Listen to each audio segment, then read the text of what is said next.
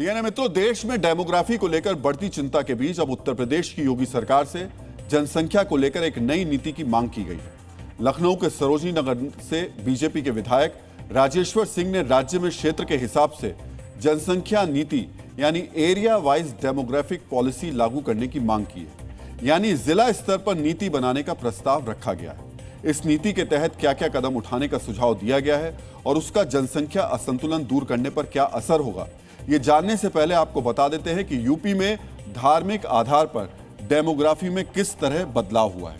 BJP विधायक राजेश्वर सिंह के दावे के मुताबिक देश की आजादी के बाद पहली जनगणना में उत्तर प्रदेश में 84.4% हिंदू थे, जबकि मुस्लिम आबादी 14% थी। वहीं 2011 की जनगणना में हिंदू आबादी घटकर 79.7% रह गई और मुस्लिम आबादी बढ़कर 19.3% हो गई। यानी 60 वर्षों में हिंदू आबादी में 5% की कमी हुई, जबकि मुस्लिम आबादी में 5% की बढ़ोतरी हुई। कई जिलों में मुस्लिम आबादी 50% के आसपास भी हो गई है, जिनमें रामपुर, संभल और मुरादाबाद शामिल हैं। 2001 और 2011 के आंकड़ों की तुलना करें तो पश्चिमी यूपी के कई जिलों में मुस्लिम आबादी तेजी से बढ़ी है। मुरादाबाद में 2001 में मुस्लिम आबादी 47.1% थी, लेकिन 2011 में यह बढ़कर 50.2% हो गई। इसी तरह रामपुर में 2001 में मुस्लिम आबादी 47.7% थी, जो 2011 में बढ़कर 50.6% हो गई। सहारनपुर में 2001 में मुस्लिम आबादी 44.6% थी, जो 2011 में 46.7% हो गई। मुजफ्फरनगर में 41.3% से यह बढ़कर 2011 में 43.4% हो गई और बिजनौर में 39.3% से बढ़कर 2011 में 41.7% हो गई। यानी केवल 10 वर्षों में इन जिलों की मुस्लिम आबादी 2 से 3% बढ़ गई। डीएनए मित्रों, हाल के दिनों में उत्तर प्रदेश के मुख्यमंत्री योगी आदित्यनाथ ने भी देश की डेमोग्राफी में बदलाव को लेकर चिंता जताई थी। उन्होंने डेमोग्राफी में बदलाव के लिए राजनीतिक इस्लाम को जिम्मेदार ठहराया था। साथ ही वो डेमोग्राफी बदलने की कोशिश करने वालों को चेतावनी भी दे चुके हैं।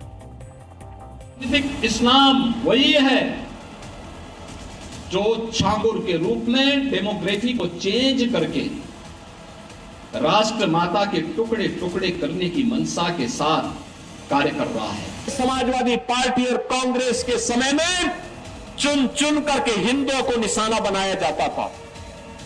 कैसे उनकी डेमोग्राफी को, उनकी जनसांख्यिकी को कम करके लगातार उन पर अत्याचार करवाए जाते थे। लेकिन आज एक डबल इंजन की सरकार है, डेमोग्राफी को भी नहीं बदलने देगी और जो भी डेमोग्राफी को बदलने का दुस्साहस करेगा उसको स्वयं पलायन करने के लिए मजबूर होना पड़ेगा।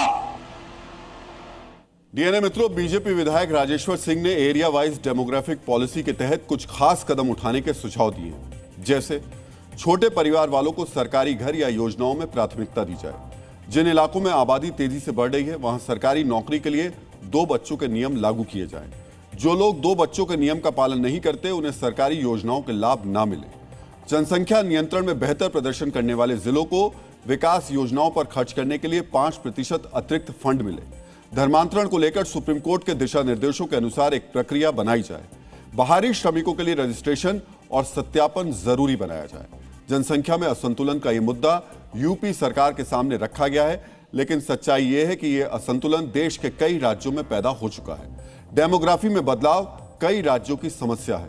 असम में मुस्लिम जनसंख्या में बढ़ोतरी की वजह से कम 9 जिलों की डेमोग्राफी बदल गई है और हिंदू वहां अल्पसंख्यक हो गए हैं।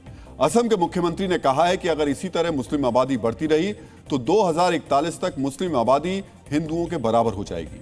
पश्चिम बंगाल में अवैध घुसपैठ की वजह से कई जिलों की डेमोग्राफी बदल गई है। झारखंड के संथाल परगना इलाके के 6 जिलों में मुस्लिमों की आबादी 9% से बढ़कर 23% हो गई है। यहां तक कि उत्तराखंड की राजधानी देहरादून के पास 28 गांवों की डेमोग्राफी बदलने के आरोप भी लगे हैं। वैसे जनसंख्या के असंतुलन को लेकर प्रधानमंत्री नरेंद्र मोदी भी चिंता जता चुके हैं।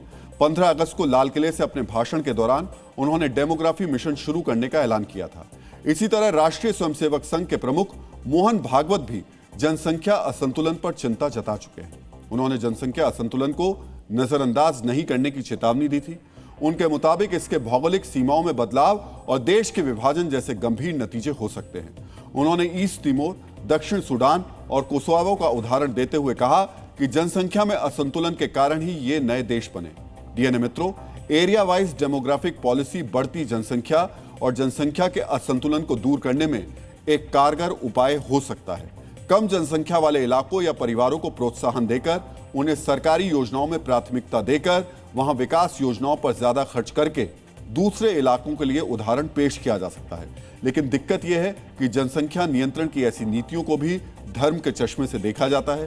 किसी खास धर्म के खिलाफ इसको समझा जाता है और उस पर राजनीति शुरू हो जाती है, जबकि इस मांग का धर्म से कोई लेना देना नहीं।